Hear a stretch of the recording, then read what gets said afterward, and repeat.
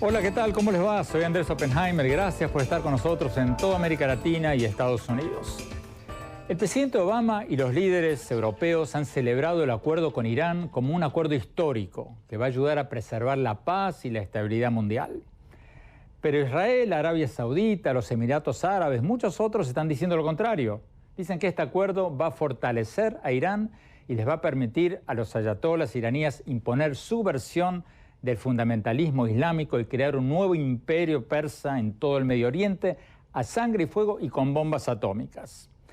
El acuerdo con Irán puede resumirse de alguna manera así. El régimen de Irán se compromete a reducir su programa nuclear y permitir verificadores externos, a cambio de que Occidente levante las sanciones económicas internacionales contra Irán.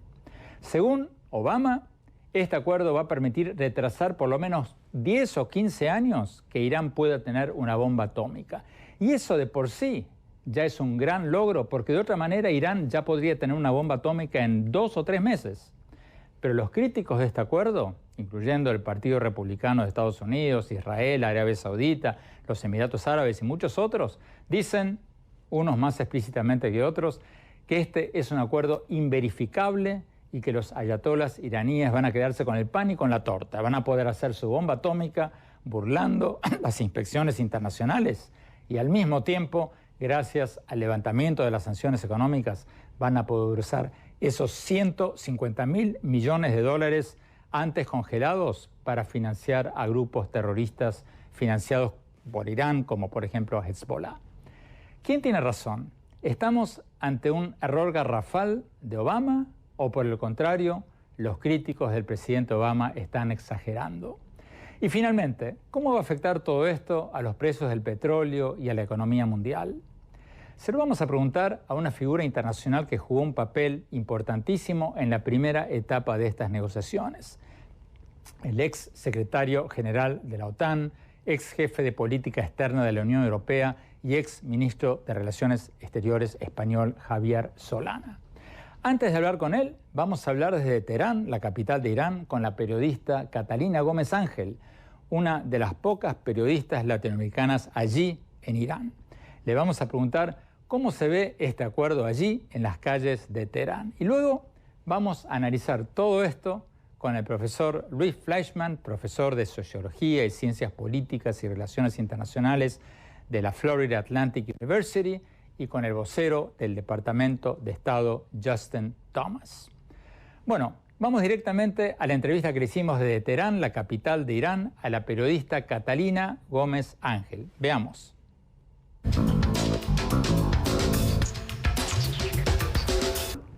Catalina Gómez Ángel, muchas gracias por estar con nosotros desde Teherán, la capital de Irán. Catalina, la opinión pública en Estados Unidos está dividida en cuanto a este acuerdo con Irán. Muchos están a favor, muchos están en contra. ¿Es cierto que en Irán hay mucho más apoyo que en Estados Unidos? ¿Son, por ejemplo, representativas esas fotos que estamos viendo en los periódicos de la gente celebrando en las calles? Es verdad, yo sí creo que hay muchísimo más apoyo que hay en Estados Unidos, e incluso la gente que se opone, un sector de los radicales más moderados que son más leales al líder supremo, incluso dirían que ellos apoyan lo que les dice el líder y que están de acuerdo con las negociaciones mientras que no pasen las líneas rojas que él impuso. ¿Qué tan representativas son las celebraciones que vimos el otro día en la calle? Yo diría que son bastante. Lo que pasa es que no fueron tan extensas como todos estábamos esperando. ¿Por qué? Porque yo creo que aunque la mayoría de la población apoya el acuerdo, también todos son bastante cautos y saben que faltan bastantes meses antes de que empiecen a caer las sanciones y empiecen ellos a notar realmente los efectos de este acuerdo. Pero la gente que celebró en las calles en Irán, ¿piensa que los ayatolás que gobiernan Irán ganaron esta negociación o piensan que cedieron?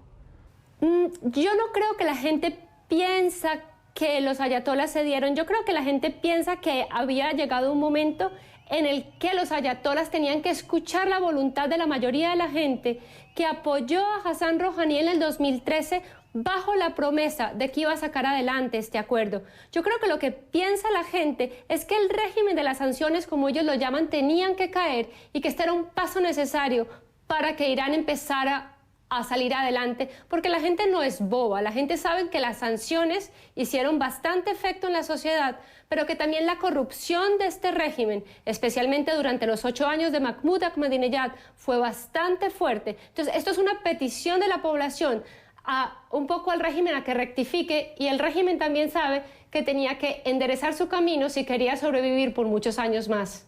O sea que las sanciones económicas internacionales habían golpeado a Irán. Sin lugar a dudas, habían afectado a la población, a pesar de que aquí en Irán el gobierno dice que no habían afectado, lo habían afectado desde todos los extremos, desde el pan y la leche hasta las grandes industrias, hasta todos los sectores. Claro, todo esto se ahondó muchísimo más con un mal manejo de la economía, un desperdicio económico, especialmente durante los 8 años de Ahmadinejad, repito, durante los años que entró mayor cantidad de dinero por la venta del petróleo, pero aún así esto no lo vio reflejado en la población, o sea que esto causó bastante daño.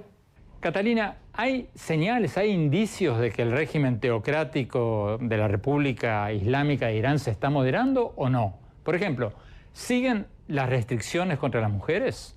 En la vida diaria muchas cosas están prohibidas para nosotras las mujeres, especialmente el velo e ir tapadas y tener cierto comportamiento. También es cierto que las mujeres en Irán tienen más oportunidades que en muchas otras regiones de la región, tienen un acceso grande a la universidad, tienen un gran acceso al campo laboral, y uno podría decir que tienen participación casi en todos los sectores de la sociedad. Otro es cuando uno lo mira con detalle, pero yo también quiero poner una gran diferencia, y es, a pesar de la voluntad y algunos esfuerzos de los más radicales, especialmente de muchos clérigos más conservadores, de impedir que la mujer salga adelante en la sociedad, esto está siendo imposible, porque la mujer en todas las esferas, y no solamente en las ciudades, sino también en la parte rural, cada día está muchísimo más activa, y en la estructura familiar y en el campo laboral tiene muchísimo más poder. ¿Qué cosas concretas todavía están prohibidas para las mujeres allí en Teherán? Es bastante importante aclarar que el vestir de las mujeres sigue siendo, claro, lo primero que se ve en las prohibiciones de las mujeres. Luego tienen bastante acceso, como decía, a la universidad, pero el gran problema de las mujeres y su limitación está en el campo de la justicia, en el campo judicial. Todo su valor frente a la justicia es la mitad del hombre en la hora de los divorcios, a la hora de tener sus libertades judiciales son bastante limitadas. Y yo creo que ahí es donde está la mayor pelea de todas las activistas femeninas que creen que este es el momento, firmado el acuerdo, de volver a reactivar su lucha. Pero hay una cosa que es bien importante, Andrés, y hay que dejar claro en Irán, y es que se piensa que los próximos meses serán bastante difíciles, y muchos están pensando que el ala más radical del régimen va a pelear contra esta nueva apertura, y va a haber detenciones de mujeres activistas, de intelectuales, y están esperando una etapa bastante dura. Por ejemplo, ¿tú puedes salir a la calle con la cabeza descubierta como una turista o una extranjera en Irán? No, todas las mujeres que llegan a Irán y que pisan territorio de la República Islámica tienen que tener la cabeza tapada y por lo menos hasta el muslo tapado con manga larga. Eso es una regla que te la ponen desde que llegas en el avión y te bajas en la República Islámica. Otra cosa bien interesante es lo que ya ves en la calle normalmente, donde cada una de las mujeres, sobre todo las más jóvenes y las menos tradicionales, tratan de luchar contra esas reglas, llevando el velo más caído, la gabardina más pegada, e incluso hoy en día, con toda esta pelea que las mujeres dan, se ven mujeres sin taparse la cabeza en lugares de libertad que ellos llaman como las montañas, como cuando esquían o cuando están en el campo. Es muy diciente ver cómo en ciertas familias las mujeres en esos espacios se quitan el velo. Finalmente, Catalina, tú hablabas del temor de un coletazo de los radicales. ¿Este acuerdo, crees tú, va a potenciar a los más radicales o a los más moderados? Va a tener los dos efectos. El primer efecto va a ser un coletazo de los radicales, como esperan muchísimos activistas y muchos analistas en Irán, pero a largo plazo, y no muy largo, o sea, no muy largo, en unos un año o en un año y medio, va a tener un camino hacia la moderación. Ellos creen que todo este proceso de lucha social, esta presión que está poniendo especialmente la sociedad más joven, que es un 70% de la población menor de 35 años, va a traer como consecuencia que va a haber una moderación. Y de cierta manera, hay muchos que creen que se tiende hacia un modelo chino. Si hay mayor apertura económica, hay un poco más de libertades, los dos van a aprender a vivir el uno con el otro.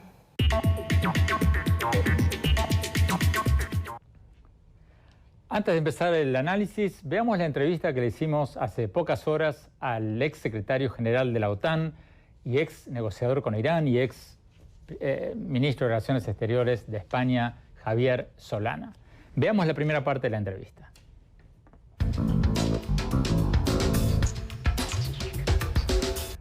Don Javier Solana, el presidente Obama y los demás mandatarios que han participado en esta negociación han celebrado el acuerdo con Irán y lo han llamado un acontecimiento histórico. Pero mi pregunta, si tanto Israel como Arabia Saudita y los países, los Emiratos Árabes, coinciden en que este acuerdo es malo y que es un terrible error levantar las sanciones económicas a Irán, ¿no habrá algo de cierto en las críticas a este acuerdo cuando árabes e israelíes, que normalmente están como perro y gato, coinciden en criticarlo?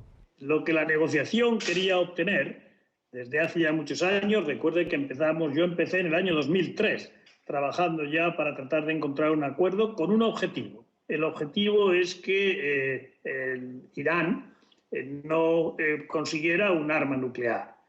Ese es el tema de la negociación. Y en ese tema la negociación ha sido un gran éxito. Si ahora se puede decir que no se han resuelto otros problemas de la región, eso no estaba en el programa de la negociación que se inició en el año 2003 y que tuvo un importantísimo empujón en el año 2015 y ha acabado afortunadamente bien. Los que se quejan ahora es porque creen que se debía haber negociado otras cosas, pero recuerde que la negociación era estrictamente para negociar sobre el tema nuclear. Pero, don Javier Solana, vayamos concretamente a las críticas que se le hacen al acuerdo en sí. Hay tres críticas principales que se le hacen a este acuerdo. Primero, que no van a impedir que Irán fabrique una bomba atómica. Y segundo, que le van a descongelar 150.000 millones de dólares que Irán podría usar para seguir financiando el terrorismo en el Medio Oriente. Y tercero, que los mecanismos de castigo, si Irán hace trampa, son muy débiles, porque una vez desmanteladas las sanciones va a ser muy difícil volverlas a instalar una vez que aumente el comercio y los intereses de Europa y de Rusia en Irán. Empecemos por la primera pregunta. ¿Usted cree que Irán va a aceptar renunciar a tener una bomba atómica? Bueno, yo creo que lo que le puedo decir es que de aquí a 20 y tantos años Irán no tendrá una bomba atómica. Y si todo lo hacemos bien, pues no la tendrá nunca. Eso es lo que yo le puedo decir en este momento. Esa es la esencia del acuerdo, el que Irán no tenga una bomba nuclear y por lo tanto se le ha prohibido que pueda enriquecer. Y enriquecer uranio quiere decir que si no lo puedes hacer, pues nunca puedes llegar a tener una bomba nuclear. Punto número uno. Punto número dos. Yo creo que la segunda cuestión que me plantea, que tiene que ver con el levantamiento de sanciones, que si va a tener más dinero Irán, por supuesto que las sanciones estaban para dificultar su economía. Por lo tanto, el levantar las sanciones va a ayudar al desarrollo de su economía. Ahora, de ahí concluir que ese dinero nuevo que va a desarrollar su economía va a ser usado para fines ilícitos, pues es algo que pues habría que ver lo que pasa. No podemos decir a priori que eso va a ser la utilización que van a hacer de esos recursos. Irán tiene problemas económicos serios. Irán necesita, para poner a punto, por ejemplo, su pozo de gas más importante, que no lo tiene tecnológicamente desarrollado, miles y miles de millones de dólares. La situación económica de Irán va a requerir que mucho de ese dinero vaya a poner en pie los años que ha estado sufriendo sanciones. Por lo tanto, lo que no se puede decir es que ese dinero va a ser exclusivamente dedicado a hacer el mal. Yo creo que eso es una hipótesis de trabajo que yo, desde luego, no puedo defender. A ver, quienes dicen que este acuerdo está viciado por todos lados, dicen, por ejemplo, que Irán aceptó la verificación externa de todas las instalaciones militares que dice tener, pero Irán tiene otras instalaciones secretas que no reconoce, donde no van a poder entrar los inspectores internacionales. ¿Cierto o falso? El que diga eso conoce muy poco lo que es la inteligencia internacional en este momento. Cuando Irán tuvo su primer atisbo de una central, vamos, de una instalación horadada en la montaña, etcétera, etcétera, se le encontró. Es decir, la inteligencia internacional hoy es capaz de que esas cosas no se puedan hacer. Si se hacen, se encuentran. Y eso es lo que le puedo decir. Mi experiencia personal es que cuando han hecho algo que estaba más allá de lo que ellos querían hacer y la comunidad internacional no quería que se hiciera, se encontró y se puso como condición que no la puedan volver a utilizar. Y eso forma parte del acuerdo. Por lo tanto, yo creo que los que están en la posición negativa, me parece que están en una posición negativa excesiva. Lo importante aquí es que si no hacemos lo que hemos hecho, llegar a un acuerdo, la única opción posible era la guerra. Y como usted puede pensar, la guerra en estos momentos en Oriente Medio es lo último que nadie quiere. Ni lo quiere Israel, ni lo quiere Arabia Saudita, ni lo quiere nadie. Otra crítica que se le hace al acuerdo, don Javier Solana. Este acuerdo requiere que los inspectores internacionales le avisen a Irán 24 días antes, con 24 días de anticipación, cuando quieran visitar una planta nuclear sospechosa. Pero eso no es como avisarle a un narcotraficante con 24 días de anticipación antes de inspeccionar su casa para ver si tiene drogas. No es una invitación a que el narcotraficante se lleve su cargamento a otra parte. No, 24 días para enriquecer uranio es una eternidad, no da tiempo a hacer nada.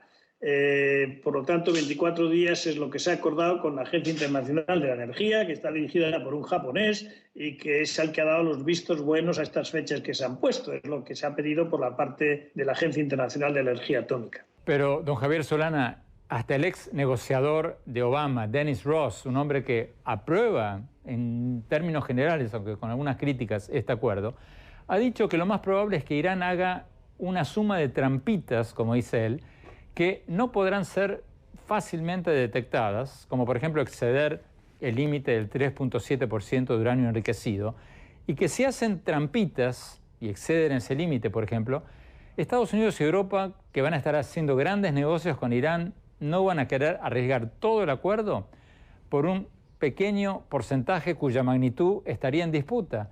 ¿Cuál es su respuesta a esta crítica, considerando que Irán tiene una larga historia de hacer trampas con su programa nuclear? Pues es una posición que toma Dennis Ross, quien yo conozco bien, pero que no creo que se puedan hacer trampitas. Y si se hacen trampitas, también hay suficiente capacidad de inteligencia en este momento y de control para que se conozcan las trampitas.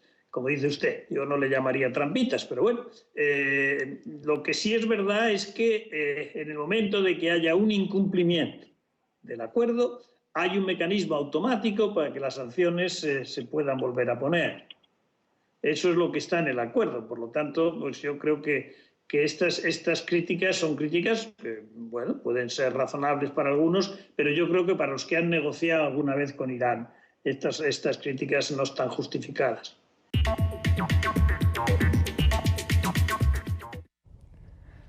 Tenemos que ir a un corte. Cuando volvamos, seguimos analizando el acuerdo con Irán. Ya volvemos.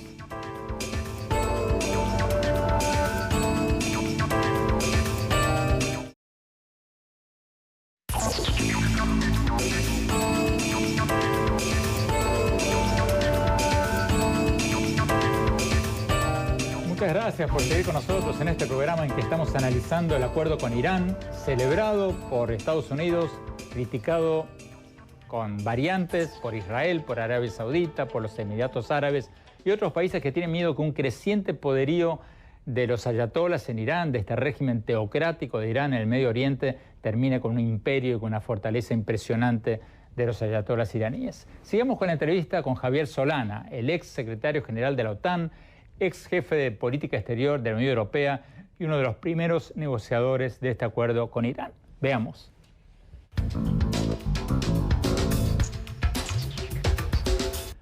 Usted nos decía hace unos minutos que Irán no va a usar los 150.000 millones de dólares que estaban congelados para financiar a los grupos terroristas que apoya en el Medio Oriente, como Hezbollah, porque Irán necesita ese dinero para su economía, para reactivar su economía. Pero Arabia Saudita y varios países, varios emiratos árabes, por ejemplo, temen que aunque Irán no use la totalidad de ese dinero para financiar grupos terroristas, es tanto dinero que bastaría que Irán destinara el 10% o hasta el 5% para desestabilizar todo el Medio Oriente, usando una porción de ese dinero para financiar aún más a Siria, al régimen de Assad en Siria o a grupos terroristas como Hezbollah.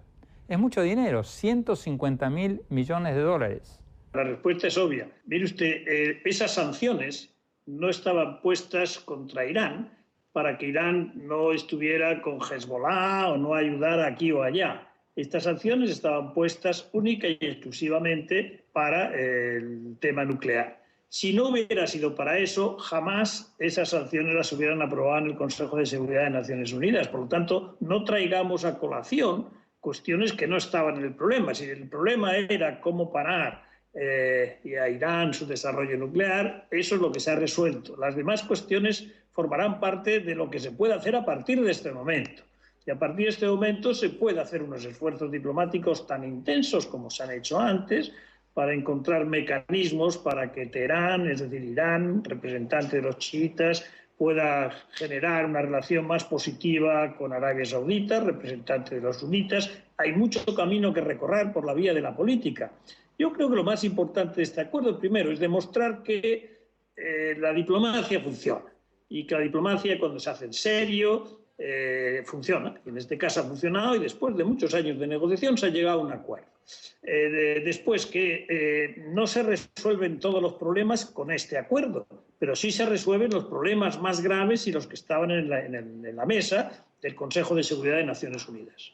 Pero, doctor Solana, los propios líderes de estos grupos terroristas están diciendo que están esperando ese dinero. El propio líder de Hezbollah, Hassan Nasrallah, ha dicho hace poco, este año, que un Irán más fuerte y rico, estoy citando textualmente, podrá ayudar a sus amigos más que nunca en el pasado. Y lo acaba de decir. ¿Qué diría usted si fuera de Hezbollah? Pues lo mismo. No va a decir que un Irán resuelto este problema va a ser un Irán más débil y que no les va a ayudar. Pues lo lógico es que lo digan.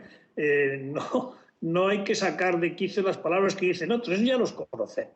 A las gente de Hezbollah ya les conocemos. Ahora lo que tenemos que ver es lo que hace Irán después de haber encontrado una solución a este acuerdo que para ellos era gravísimo.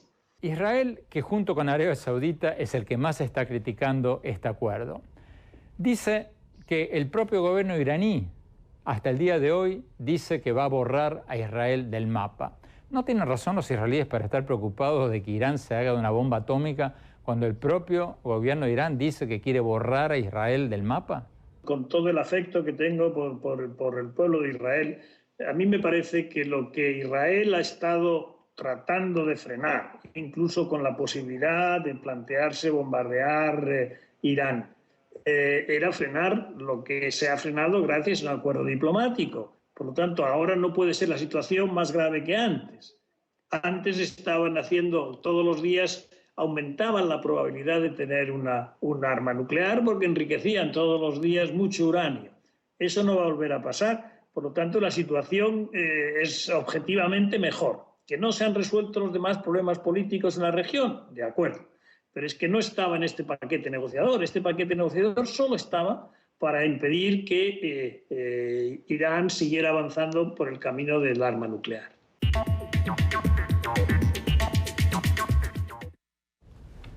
Doctor Fleischmann, Solana, el ex secretario general de la OTAN, dice no traigamos a colación los 150.000 millones de dólares que Irán recibiría una vez descongelado este dinero, porque una cosa es la reducción del plan nuclear, otra cosa es los 150.000 millones. ¿Cierto o falso? Bueno, es cierto y es falso. Es cierto en el sentido de que esta negociación fue únicamente sobre el tema nuclear. Ahora, yo estoy en desacuerdo con el ministro Solana de que logró sus objetivos. En mi opinión, no los logró. A ver. Pero por el otro lado, Pero el negociado fue un error no haber negociado el tema del terrorismo. Fue un error total, porque se trató a Irán como un país tabula rasa, como un país cualquiera que busca desarrollo de armas nucleares, como si fuese Brasil, por ejemplo. Cuando en realidad Irán es un estado terrorista con una historia de expansionismo y terrorismo y subversión que no la tiene un país como Brasil, por ejemplo. ¿Quiénes están más nerviosos, los israelíes o los sauditas? ¿Quiénes tienen más motivos para estar nerviosos con esto? Yo pienso que ambos. Los sauditas, obviamente, porque Irán es un poder chiita que continuamente trata de subvertir a los poderes sunistas. Recordemos que la Revolución Islámica también fue el resultado de una rebelión en contra de la modernización de Arabia Saudita. Porque recordemos que esto fue después del boom petrolero, en el momento del embargo petrolero, donde de repente empezó a fluir un montón de dinero, mucho dinero a Arabia Saudita, y ahí de repente se modernizó el país y la gente empezó a tomar actitudes más seculares. Una de las ideologías de la Revolución Islámica del año 79 es precisamente en contra de esta modernización de Arabia Saudita. O sea que son enemigos acérrimos hace mucho tiempo. Y Israel, obviamente, la amenaza de la destrucción del Estado de Israel. Recordemos, antes del 79, relaciones entre Irán e Israel eran relaciones normales. Había una relación pacífica, incluso económica. La revolución, y no tienen fronteras, no hay fronteras entre Israel e Irán, no había ningún conflicto territorial. Llega la Revolución Islámica en el año 79 y toma a Israel, la destrucción de Israel, como un tema prioritario en su agenda. Y esto es algo que Javier Solana aquí acaba de bajarle el perfil, como si no fuese tan importante. Tenemos que ir a un corte y seguimos con la entrevista con el ex secretario de la OTAN y el primer negociador de este acuerdo, Javier Solana. Ya volvemos.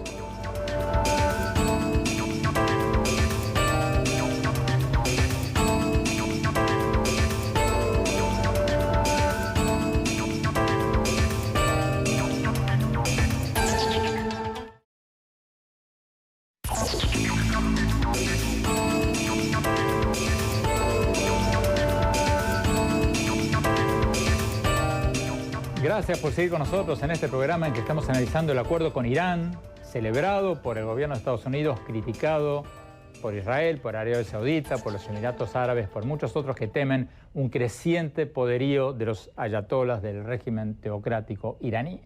Sigamos con la entrevista con Javier Solana, el ex secretario general de la OTAN, ex jefe de política exterior de la Unión Europea y uno de los primeros negociadores de este acuerdo con Irán. Sigamos con la entrevista.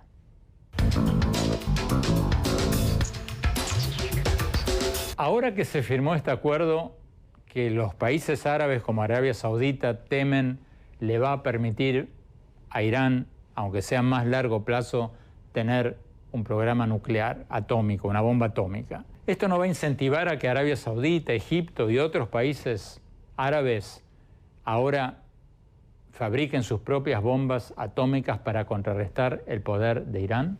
Mire usted, uno de los elementos del acuerdo es el automatismo en la vuelta de las sanciones o la reimposición de las sanciones en el momento que se demuestre que se ha incumplido el acuerdo. En eso eso forma parte del acuerdo. Lo saben los que tienen que poner las sanciones y lo sabe Irán. Si Irán hubiera tenido un desarrollo de su arma nuclear, entonces podría haber la tentación de otros de hacerlo. Pero en este caso se ha parado y, por lo tanto, en este momento yo creo que esa tentación ha bajado, desde luego, si algún día la tuvieron, ha bajado la intensidad.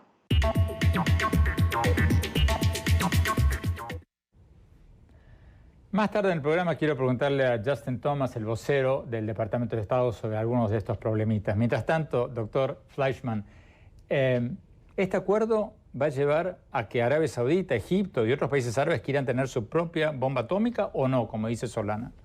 Bueno, como dijo también Solana, no es claro qué va a pasar en el futuro, pero eso es claramente una posibilidad. Y de hecho Arabia Saudita lo declaró, que ellos se moverían en dirección a desarrollar tecnología nuclear. Ellos la pueden comprar, tienen suficiente...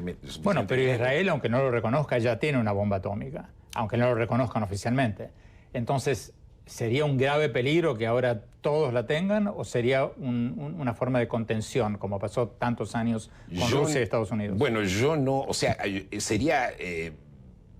dadas las fuerzas irracionales que hay en el Medio Oriente, no creo que querramos tener esa política de contención donde cada uno tiene una bomba atómica y uno tiene miedo del otro. Pero algo que tú dijiste es algo muy correcto. O sea, el peor guardado secreto que hay es el hecho de que Israel tiene una bomba atómica. Pero es interesante que nunca los países árabes dijeron nosotros también queremos una bomba atómica porque Israel la tiene. De alguna forma sabían que Israel era un Estado racional, pero con Irán sí lo hacen. O sea que esto demuestra la gravedad de lo que este acuerdo puede llegar a ser. Puede ser que pase, puede ser que no, pero hay que tomarlo en cuenta. No se puede desechar. Tenemos que ir a un corte, doctor Fleischmann, y la seguimos enseguida. Ya volvemos.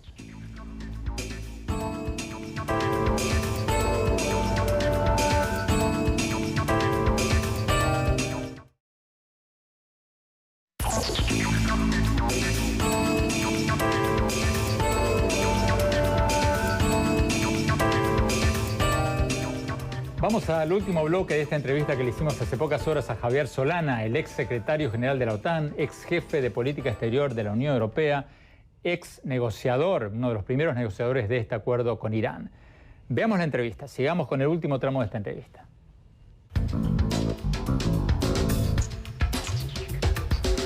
Don Javier Solana, última pregunta. ¿Cómo va a afectar este acuerdo a la economía mundial y sobre todo a los precios del petróleo? Pues mire usted, va a afectar, y está afectando ya, aunque poco, a la bajada del precio del petróleo, sobre todo del gas más que del petróleo, pero bueno, en general de los dos. Irán es un gran proveedor de gas que no estaba produciendo todo lo que puede. Tecnológicamente no ha podido producir todo lo que potencialmente tiene capacidad de hacer. Poco a poco, llevarán años antes de que pueda poner su maquinaria a funcionar a pleno rendimiento en lo que es extracción de gas, fundamentalmente. Si hay más gas, la oferta de gas va a aumentar en el mundo, pues si no aumenta la demanda, pues normalmente el precio bajará.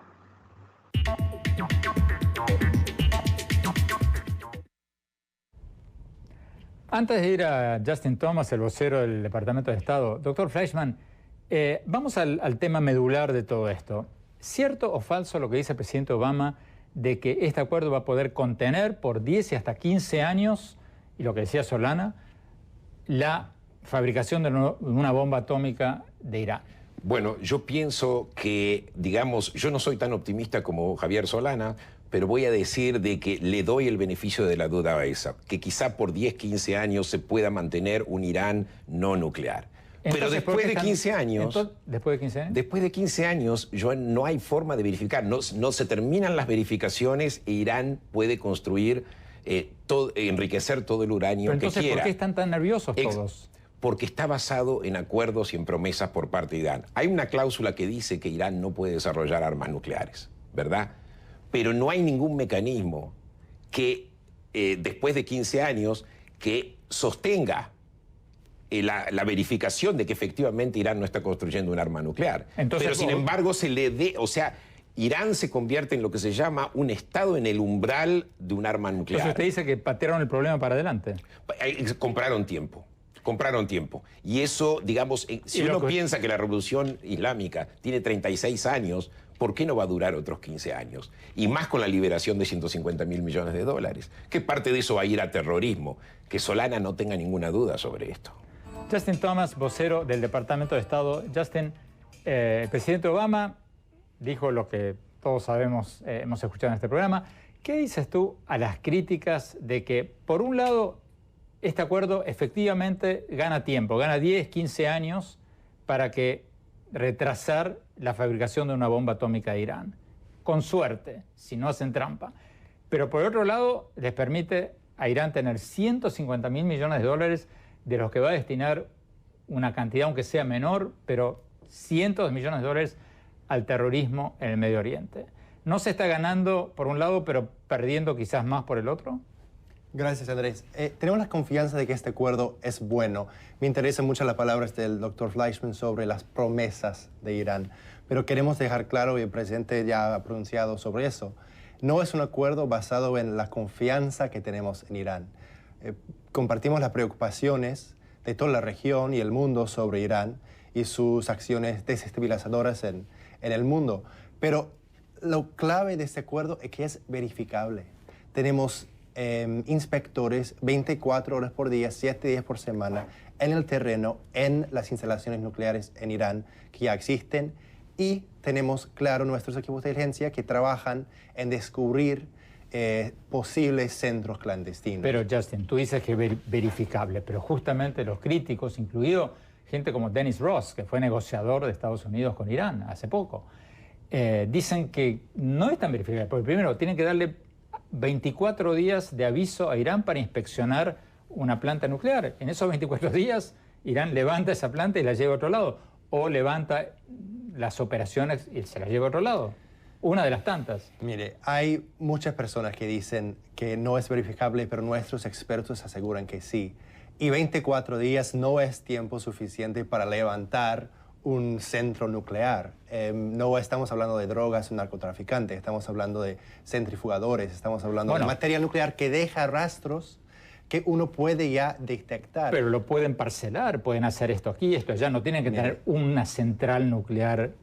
Otro punto clave de la verificación, estamos monitoreando en todos los pasos, desde la minería hasta los desechos, exactamente qué están haciendo con el uranio y plutonio que ellos tienen. Quiere decir, si desaparece una cantidad de uranio que supuestamente iría a un centro clandestino, ya vamos a saber antes de que empiecen a trabajar con ese material.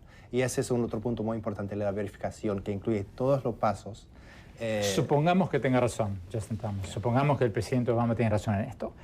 Obviamente, si Estados Unidos, Rusia, China, Europa, todos están de acuerdo que Irán ha hecho trampas toda su vida con todo este tema y por eso han puesto las sanciones, ¿qué dice usted al argumento de que, ok, supongamos que Obama tiene razón, que es verificable, pero si llegan a hacer trampa, como siempre lo han hecho los iraníes, entonces va a ser muy difícil recomponer las sanciones internacionales, porque Rusia y China y Europa, que están ansiosos por vender o comprar petróleo o vender mercancías a Irán, ya no van a ser tan fáciles de convencer de restablecer las sanciones como lo eran antes. Piense que la alternativa sería de no tener un acuerdo. Y sin acuerdo, Irán podría desarrollar un arma nuclear.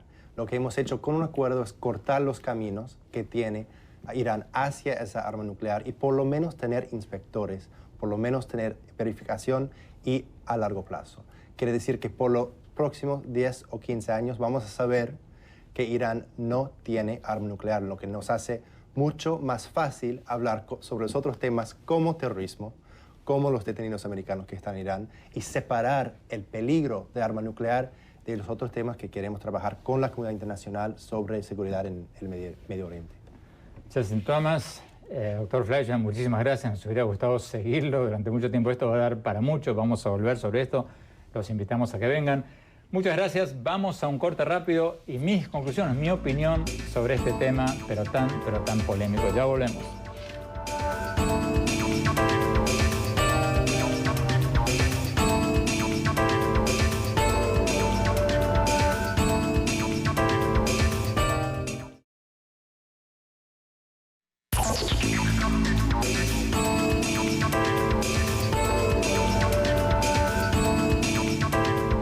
Gracias por habernos acompañado y no se olviden de seguirnos en nuestro Twitter, @OppenheimerA, y en nuestro Facebook. Y también visítenos en nuestro sitio web andresoppenheimer.com. Ahí pueden encontrar todas mis columnas y nuestros últimos programas y lo pueden hacer gratuitamente. Bueno, mi opinión sobre este acuerdo con Irán que ahora está debatiendo el Senado de Estados Unidos y que tiene en jaque al Medio Oriente y a gran parte del mundo. Creo que hay que verlo como algo que le vino muy bien al gobierno de Obama y muy bien al régimen de los ayatolás en Irán. Obama necesitaba una victoria política en el Medio Oriente. ¿Por qué? No le fue muy bien en las negociaciones palestino-israelíes, de hecho le fue mal en Irak, le fue mal en Siria, le fue mal con la instauración de este califato que se ha instalado, el califato del Estado Islámico. Obama necesitaba un triunfo diplomático antes de terminar su mandato, por lo menos allí en el Medio Oriente, para no pasar la historia como el presidente durante cuyo mandato se perdió buena parte del Medio Oriente a manos del califato del Estado Islámico. Y los ayatolás que gobiernan Irán, a su vez, necesitaban una victoria política en su casa después de años de aislamiento internacional y sanciones económicas de Estados Unidos, de Europa, de Rusia, de China, que le estaban quitando apoyo interno. De manera que ganaron los dos gobiernos. ¿Pero ganaron los pueblos? ¿Ganó el mundo? ¿Ganó el Medio Oriente? No sé, tengo muchas dudas. Primero, Irán dice que va a limitar su uranio enriquecido al 3.7%. Pero si Irán hace trampa, una trampita, como dice el ex negociador de Estados Unidos, Dennis Ross, y lo reduce al 4 o 5%, si pasa eso, ¿Obama va a denunciar este acuerdo y tirar por la borda lo que está presentando el mundo como su gran éxito diplomático? Y supongamos que lo hace. ¿Va a poder reimponer las sanciones económicas internacionales ahora que Rusia y Europa y China van a empezar a comerciar con Irán? Segundo, Irán dice que va a permitir el acceso de inspectores internacionales a las bases que se conocen. ¿Pero qué pasa con las bases militares secretas? Gran pregunta. Tercero, Irán dice que va a usar los 150.000 millones de dólares descongelados por los países occidentales para mejorar su economía tan afectada por las sanciones. Pero ¿se puede confiar en que Irán no va a usar por lo menos una partecita de ese dinero para financiar a los grupos terroristas que ya está financiando, como Hezbollah, o para apoyar al régimen de Siria? Porque Irán no es un país cualquiera, es un estado teocrático, cree que tiene una misión divina. Entonces, ¿van a dejar de financiar a sus aliados en esta cruzada santa? En fin, este acuerdo deja muchas, pero muchas preguntas abiertas. Cuando enemigos viscerales como Israel y Arabia Saudita y los Emiratos Árabes que se pelean como perro y gato, cuando todos ellos coinciden en criticar este acuerdo, unos más abiertamente que otros, hay razones para pensar que tiene que haber alguna razón para la que todos ellos estén tan preocupados. Ojalá que Obama no se haya equivocado y que el Congreso de Estados Unidos revise bien este acuerdo, porque si tiene tantos agujeros como dicen sus críticos, podría ser un grave error que nos podría costar muy caro a todos, incluso a los que estamos muy lejos de esa zona. Gracias, hasta la semana próxima.